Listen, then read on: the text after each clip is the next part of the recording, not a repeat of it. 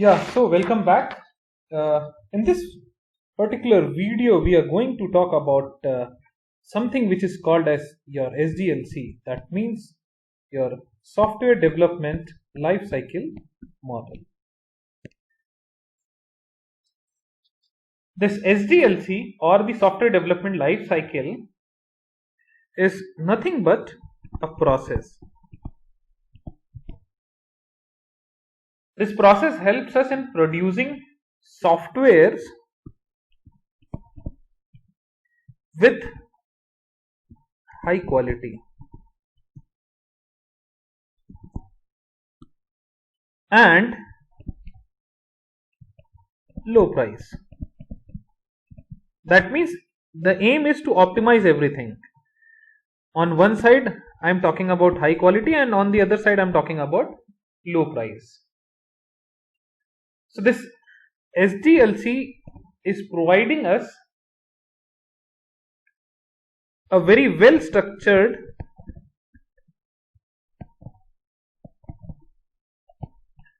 flow for the processes which are involved in order to help an organization to quickly produce a high quality software application, and that's what the ultimate aim is.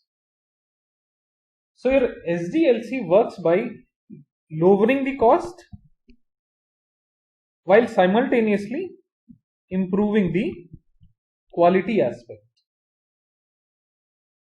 and this can be achieved, of course. Lowering the price can be achieved by reducing the production time, right? So I can reduce the production time, and that ultimately helps in lowering the cost. That's something which is a major point of concern, that a particular project should not go beyond the deployment date, because then you have to pay the penalty, you have to pay for all the people involved in developing the particular application.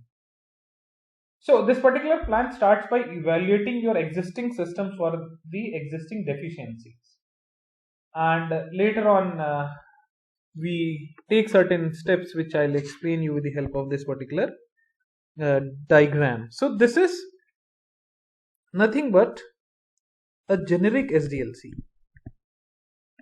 and one of the SDLC model which is waterfall model is totally almost dependent on this particular part. So what it does is that, as you see from the figure,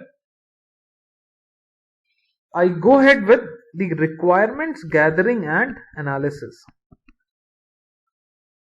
So what I do is I'll try to identify the requirements specified by the client,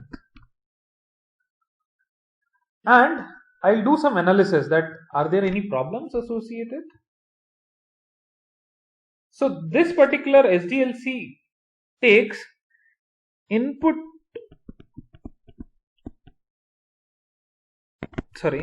this particular phase of SDLC is taking inputs from all the stakeholders. That can be your end user, or it can be your developers, salespeople, industry experts, programmers, and so on and so forth.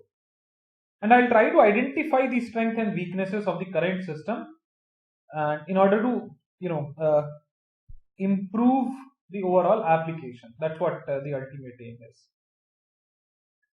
So this is something which is very crucial stage in your SDLC. So normally the senior members of the team will give inputs, and these inputs will be from both the ends, from the customers and from the sales department, and maybe some surveys they might have done in order to come up with a quality product. So this particular input is then used to plan the initial steps and to identify that, okay, whether the things which we are planning is feasible or not, right? Whether it is feasible or not. And it's like, let's say I'm running a company with 5 employees. I'm taking a project which I have to deliver in 10 months, and it needs 200 employees simultaneously working. So practically it's not possible for me. I'll take 2-3 months in order to recruit these many people. So I do this feasibility study in this particular phase. Now once I'm done with it, I'll go for plan, where I'll see that okay, what exactly I want from this planning. So in this particular phase, my team will go ahead with determining the cost and the resources and the number of plans. So it can be number of peoples involved. So it can be your plans plus sub-plans. Sub-plans may be that okay, what will be the software requirements, what will be the hardware requirements, whether we have to move towards cloud or not, whether the requirement, based on the requirements, whether we'll be able to provide this thing in-house, or I need to get in touch with a third-party developer to provide some resources or not. So all those plannings, it's like if suppose I go ahead with coming up with a building, let's say I have to come up with a new hostel, so I need to plan that okay, how many people I need, what should be the budget, and then whether I need some approvals or not, some machineries I need. So those things, in case of softwares, I need to look for whether I need some licenses or not. So all these things we'll plan in this particular phase. After which, once I'm done with it, I'm okay. Let's say that okay, I will be able to come up with this particular product. So I take a call and then I'll go ahead with designing. So in this, I'll refer to my SRS. Now SRS stands for Software Requirement Specification. This has all the details of what all things the customer has asked for. So based on this SRS, I'll go ahead with design documents. So what I'll do is I'll first of all refer this SRS, which will work as a reference. It will help the architects to come up with the software architecture. Right, so this SRS will help me in coming up with my software architecture.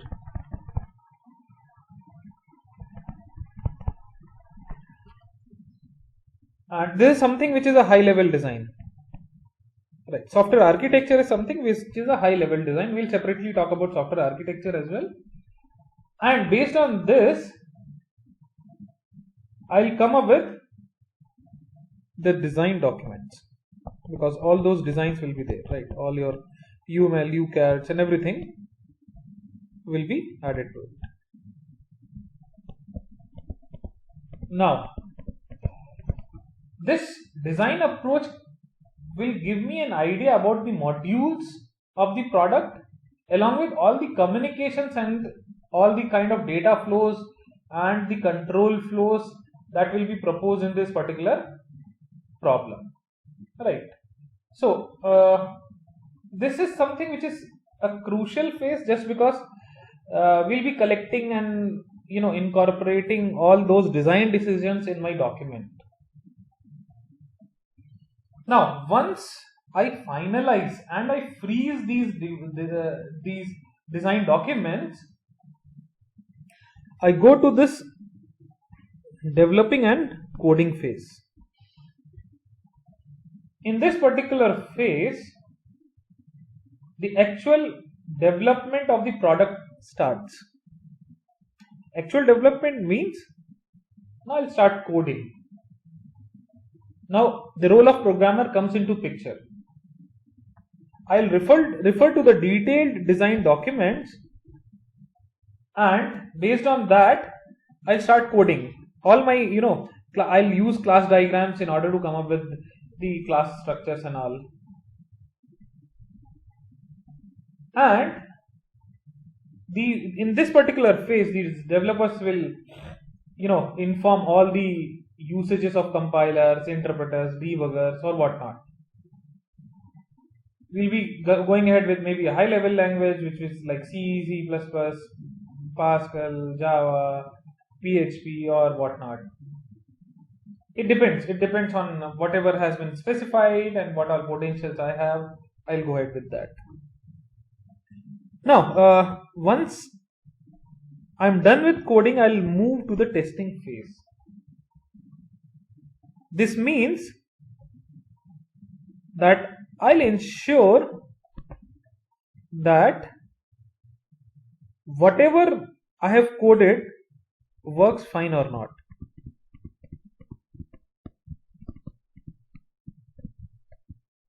So I'll test this particular piece of code which has been passed on from this design or coding phase.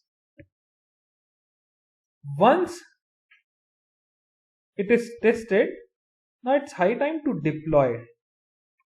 Now this deployment means I will go ahead with the deployment of this particular product in the market. See, I have tested the product, my product is ready. So it's high time to deploy it. That means I should release this particular product formally in the market. So that says that I am releasing this particular product. It's like, let's start using whatever we have got. And the goal of the software deployment phase is making the software product run in the production environment so that the actual usage starts now. Although these days, many organizations, they prefer to move the product to the different deployment environment and then they bring it online. So letting it work offline and then bringing it online. This also is done in case of financial, all the applications which are in the financial market. So where the efforts to ensure the safety is very high. Now, once my product is deployed, my end user may report some issues with the product. So I need to maintain this particular product.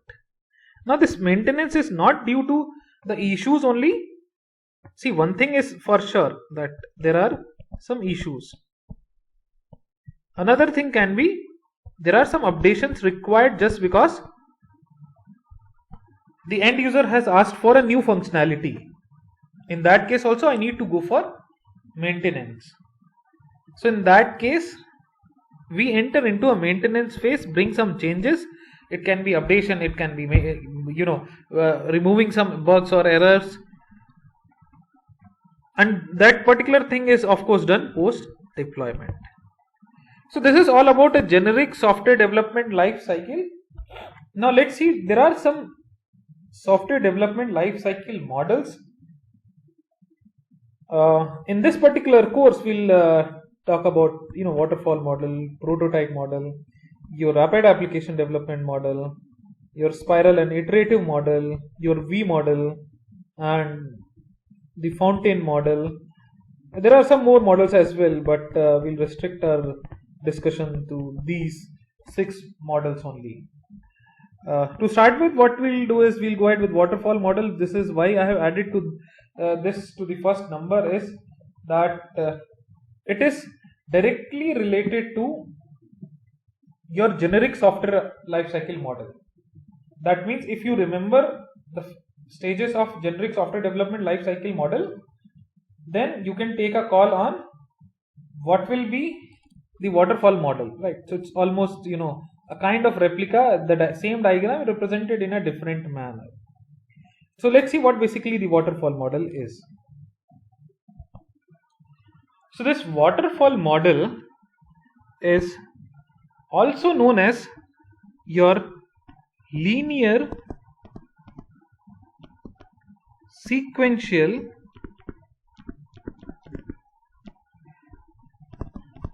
life cycle Mori.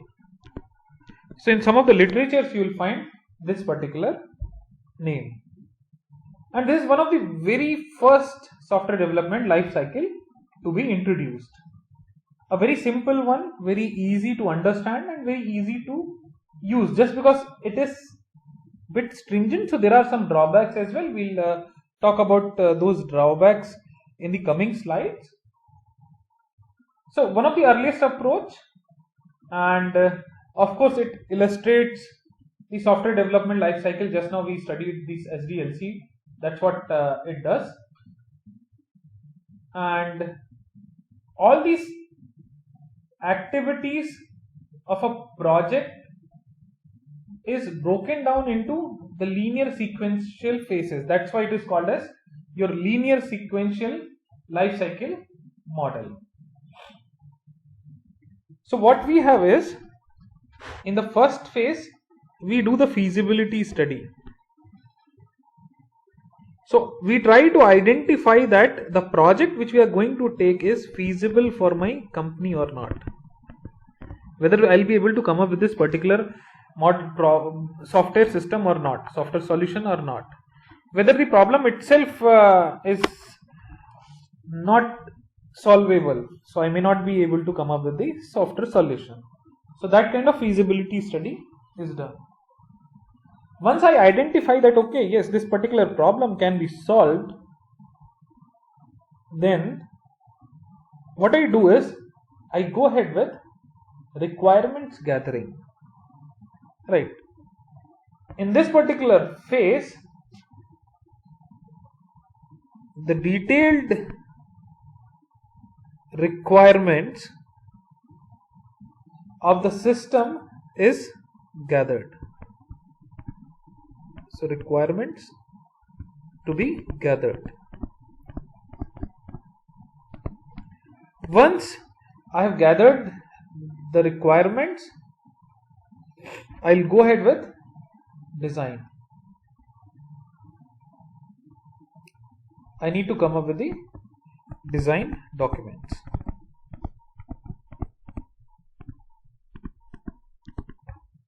Once I'm done with the design documents, let's code.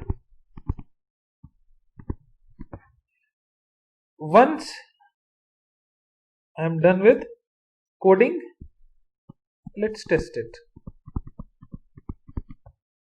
After testing, deploy it. And if required, maintain it. So this is almost similar to what we studied in a generic software development lifecycle model. But there are some issues associated with it. Also, in some of the literatures, you'll find that testing and implementation is clubbed into one. Or maybe design and coding clubbed into one. So don't get confused. Just make sure that all these things are strict phases, and one can move from one phase to another once a particular phase gets over. That's something which is a major drawback, This is something which is a major drawback of this particular one. So it's like error can be fixed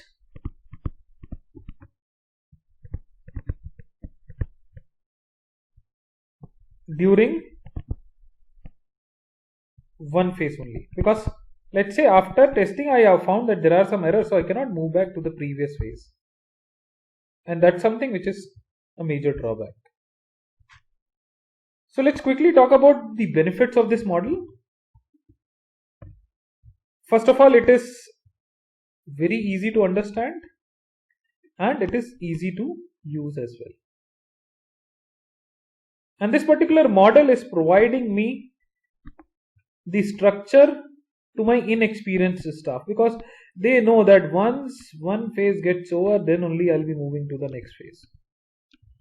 So there is a simple structure, and if my staff is inexperienced, so I know that I have to only inform to my staff that finish this phase, then move to this particular phase. And in this one, your milestones are well understood. I know when to start, when to stop, and when to move to the next phase. Since I cannot move back to the previous stage, so I need to have a freezed requirements. Right, my requirement should not be dynamic and it keeps on changing. For example, let's say initially I, as a end user, I've said that okay, I need an application on PHP, and when the coding starts, all of a sudden I say no, let's go ahead with some other scripting language. So that's not possible in case of waterfall model, and it specifically says that requirement should be freezed, it should be stable, then only use this particular model. And since everything is fixed, everything is pre-planned, so it is good for management control. That means planning, staffing, tracking. See, I know, let's say, I know that okay, these two phases, or maybe these two phases need 2 months of time. So I'll say that okay, my design team should be free for first 2 months, and then it should be ready. Then only my design team will come into picture. Right, that's a time when I'll take a call that okay, let's bring my design team and then go ahead with these particular discussions. Right. So it's like it is easier to manage for planning, staffing, and tracking. And this works well when quality is more important than cost or schedule. Of course, looking at this particular structure, this is something which is time consuming. Right, this is something which is time consuming. So it consumes a lot amount of time for each phase. So I need to have a very good budget. I need to have quality as a priority. In that case only I should go for waterfall model. So these were some benefits of using a waterfall model. Let's now talk about some of the drawbacks of the same model. So first thing is no flexibility. I cannot move from one phase to the previous phase. That's not possible. That's a major drawback. So moving back a phase or two can be a costly affair, because if I'm moving back, so I have to start the same thing again. And sometimes it can give me a false impression of progress. That means although my testing wasn't done properly and I identified some bugs, and since the model says to move to the next phase, I'm not moving to the previous because it will be a costly affair. So I move to the next phase. So it is giving me a false impression of progress. On top of it, it does not reflect problem solving nature of software development. That means iterations of phases that I need to iterate, reiterate. If suppose I identify, that's what you do in your labs. If suppose you are having a data structures lab, you find some errors in your code, you try to identify and bring some changes. That means testing is done, identified some bugs, and then once again you have brought some changes to the application. But that's not possible in this particular case.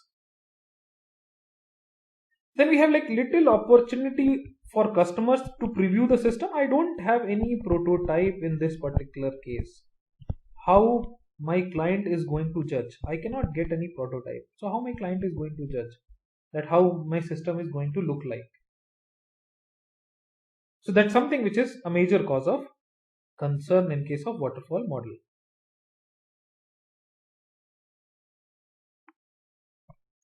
In addition to this, the documentation occupies a lot of time for developers and testers.